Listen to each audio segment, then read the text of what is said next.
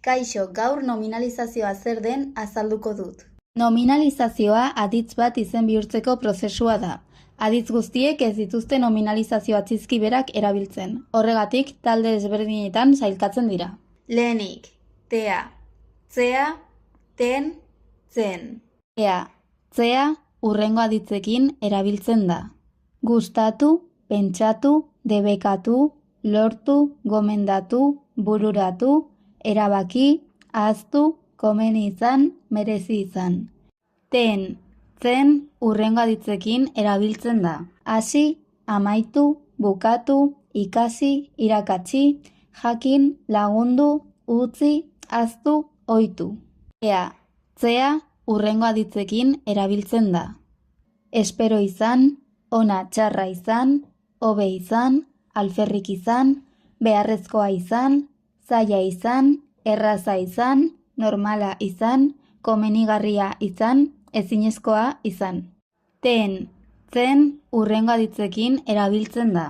Ari izan, segitu, jarraitu, nekatu, aspertu, joan, etorri, saiatu, ahal izan, iraun. Tea, tzea.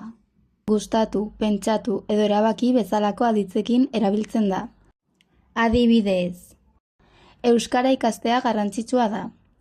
Ten, tzen. Berriz, hasi, amaitu edo saiatu bezalakoekin. Adibidez, ikasten hasi naiz. Ondoren, tera, tzera, teko, tzeko. Tera, tzera, hurrengo aditzekin erabiltzen da. Behar izan, gonbidatu, ausartu, joan, etorri, heldu, iritsi, bultzatu. Teko, tzeko, hurrengo aditzekin erabiltzen da. Prestegon, gogoa izan, ordua izan, ohitura izan, beldurra izan, lotsa izan, astia izan, joera izan. Tera, tzera, hurrengo aditzekin erabiltzen da. Ohitu, bidali, animatu, ekarri, eraman, kondenatu, bota, bultzatu.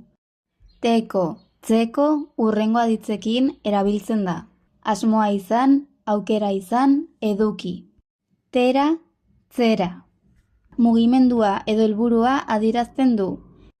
Adibidez, ikastera etorri naiz. Teko, tzeko. Asmoa edo gogoa.